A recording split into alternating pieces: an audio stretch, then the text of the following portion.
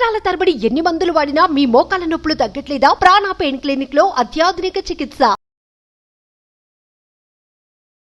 నమస్తే, welcome to Suman TV. నేను మీ యామిని. ప్రస్తుతం మనతో ఉన్నారు ప్రముఖ ఆధ్యాత్మికవేత్త డాక్టర్ అనంతలక్ష్మి గారు ఉన్నారు. అమ్మతో మనం మాట్లాడదాం. నమస్తే అమ్మ. నమస్తే తల్లి. అమ్మ, మామూలుగా అయితే జన్మదినం అనేది ఒక్కసారే ఉంటుంది, కానీ హనుమంతుడి వారికి ఏంటమ్మా 2 సార్లు చేయడం జరుగుతుంది. అసలు మన దగ్గర చైత్ర మాసంలో చేస్తారు, అలానే వైశాఖ మాసంలో కూడా ఉంది. అసలు తెలియచేయండి అమ్మా. మనం కూడా 2 చేసుకుంటామమ్మా. తిథుల ప్రకారం ఒకటి చేసుకుంటున్నాం, తేదీల ప్రకారం ఒకటి చేసుకుంటున్నాం. ఇది అది కాదు, హనుమంతుడిది అది కాదు. నిజానికి హనుమంతుడి జీవితానికి సంబంధించినటువంటి విశేషాలన్నీ మనకి ప్రమాణంగా ఉండేది పరాశర సంహిత. పరాశర సంహితలో హనుమంతుడు వైశాఖ బహుళ దశమి మందవారం అంటే శనివారం నాడు పుట్టినట్టుగా చెప్పబడింది. అర్థమైంది కదా? వైశాఖ బహుళ దశమి అంటే కృష్ణపక్షం, పూర్ణిమ అయిన తర్వాత వచ్చేటటువంటి దశమి నాడు శనివారం నాడు ఆయన ఆవిర్భవించాడు అని చెప్తారు.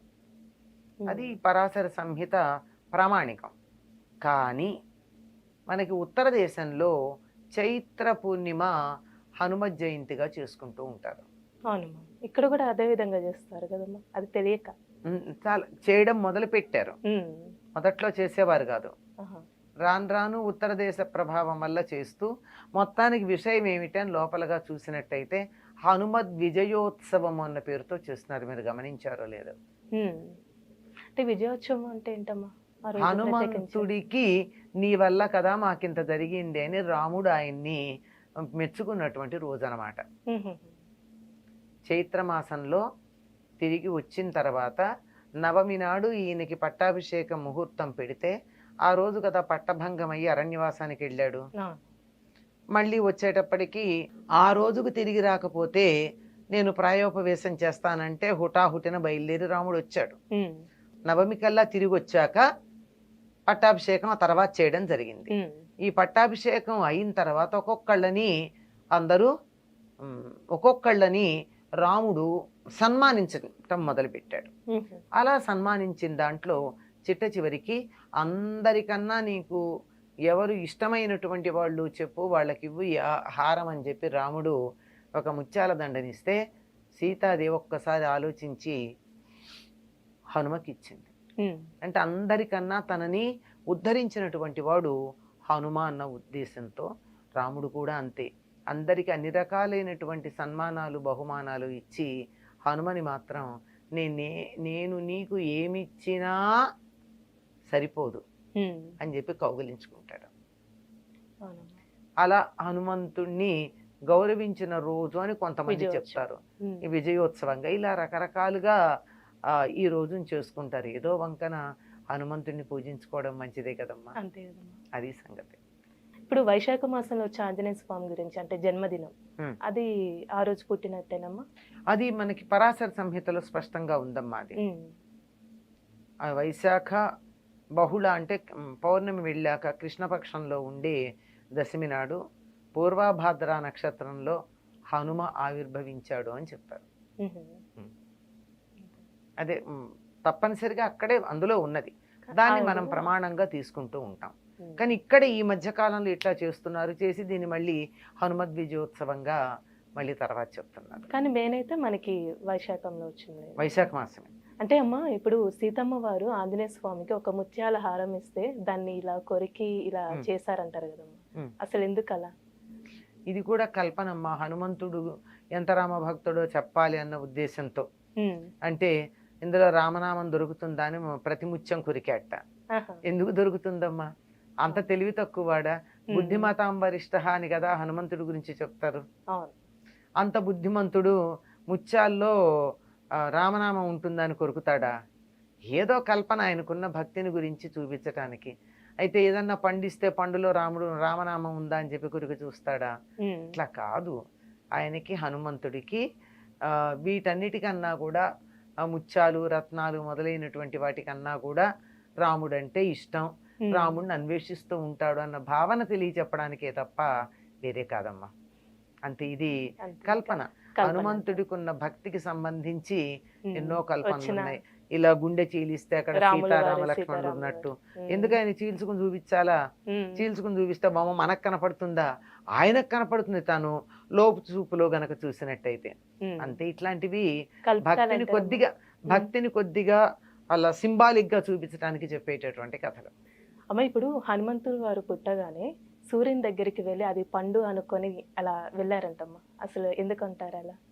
అది హనుమంతుడి యొక్క శక్తిని నిరూపించేటటువంటి తెలియజెప్పేటటువంటి తీవృత్తం అమ్మ. పుట్టంగానే అలా ఆకలేసిందట. ఎదురుగా ఉదయిస్తున్న సూర్యుడు కనపడ్డాడు. కనపడంగానే ఆ పండు తిందాం అనుకుని బయలుదేరాడు. తీరా అక్కడికి వెళ్తూ ఉంటే ఆ రోజు పుట్టంగానే కదా, పుట్టిన తర్వాత అలా బయలుదేరి వెడితే ఈయన దశమి నాడు పుట్టాడు. 3 రోజులైంది. అమావాస్య నాడు పండు తినడానికి వెళ్ళాడు. వాళ్ళమ్మ కాస్త బయటికి వెళ్ళిందో ఏమో పండు తేవడం. వెళ్ళేటప్పటికీ ఆ రోజు అమావాస్య సూర్యగ్రహణం. అక్కడ రాహు ఉన్నాడు. ఉండి వెంటనే ఇంద్రుడి మీద కోపం వచ్చింది తనకి. నాకు నువ్వు ప్రతి గ్రహణం ఉన్న సమయంలో నాకు ఆహారంగా ఇచ్చావు కదా సూర్యుడిని, మళ్ళీ ఇంకెవరికి ఇచ్చావు నువ్వు అని ఇంద్రుడితో దెబ్బలాడ్డానికి వెళ్ళాడు రాహు అలా వెళ్ళంగానే వెంటనే ఇంద్రుడు బయలుదేరి వచ్చాడు. ఇదేమిటి వీడెవడు నువ్వు రాహుని అడ్డుకున్నాడు అని. హనుమంతుడు అప్పుడు అక్కడి నుంచి వీడి మీదకి వచ్చేసాడు, ఇంద్రుడి మీదకి వచ్చాడు. ఇంద్రుడి మీద కాదు, ఇంద్రుడు ఎక్కిన ఐరావతం మీదకి వచ్చాడు. అంత దూరం పోయి పండు తినడం కన్నా సూర్యుడి కన్నా రాహు బాగున్నాడు. రాహు కన్నా ఐరావతం ఇంకా బాగుంది, దగ్గరగా ఉంది. ఇది ఐరావతాన్ని తిందామని వెళ్ళేటప్పటికి ఇంద్రుడికి కోపం వచ్చి వజ్రాయుధం వేశాడు. ఆ వజ్రాయుధానికి ఈయన దవడ పేలిపోయి మూర్ఛపోయాడు. అంత బలం కలిగినటువంటి వాడు మూర్ఛపోయేటప్పటికి తన కొడుక్కి ఇంత కష్టం కలిగిందని వాయుదేవుడు తన కొడుకుని తీసుకుని ఒక గుహలో బంధించి కూర్చున్నాడు. వాయువు లేకపోయేటప్పటికి అందరికీ కీళ్లు పనిచేయడం మానేసాయి. అందరూ వచ్చి ప్రార్థిస్తే బ్రహ్మగారు వచ్చి ప్రార్థించిన తర్వాత వాయుదేవుడు తన కోపాన్ని తగ్గించుకున్నాడు. బ్రహ్మ అందరికీ చెప్పాడు, మీరందరూ వరాలు ఇవ్వండి ఈ బిడ్డకని. బ్రహ్మగారేమో అతనికి బ్రహ్మాస్త్రం అతడి మీద పనిచేయదు అని, అతనికి చిరంజీవిత్వం ఉంటుందని ఇచ్చాడు. అందరూ ఆయుధాలు ఇచ్చారండి, ఆయుధాలు ఇచ్చారు, వరాలు ఇచ్చారు. అందువల్ల అతనికి సుఖమే కలిగింది. అంత బలం కలిగిన వాడు. సూర్యుడు ఏం చేశాడంటే, ఈ పిల్లవాడు చదువుకునే వయసు వచ్చిన తర్వాత నేను నీకు చదువు నేర్పిస్తా అన్నాడు. ఇప్పుడప్పుడే పుట్టాడు కదా, 5 ఏళ్ళు వచ్చిన తర్వాత ఉపనయనం చేసి చదువు నేర్పించడానికి పంపిస్తే సూర్యుడికి ఎదురుగా నిలబడి సూర్యుడితో పాటు కదులుతూ చదువు నేర్చుకున్నాడు హనుమంతుడు. ఇప్పుడు సూర్యుడు ఇలా పెడుతున్నాడమ్మా, సూర్యుడికి ఎదురు నిలబడ్డవాడు ఎట్లా వెళ్ళాలి? వెనక్కి అడిగేయాలి. సూర్యుడంత వేగంగా వెనక్కి నడుస్తూ కదలకుండా 24 గంటలు చదువు నేర్చుకున్నాడు హనుమంతుడు. అంత బలం కలిగినటువంటి వాడు గనకే సూర్యమండలం దగ్గరికి ఎగురుకుంటూ వెళ్ళి అది పండు అనుకుని తినడానికి బయలుదేరి వెళ్ళినవాడు. అందుకే సూర్యుని మించినటువంటి జ్ఞానం ఇచ్చేవాళ్ళు మరొకళ్ళు లేరు. హనుమని మొట్టమొదటిసారి చూసినప్పుడు హనుమ మాట్లాడినటువంటి మాటలు విని రాముడు ఒక పెద్ద ప్రమాణ పత్రం ఇస్తాడు.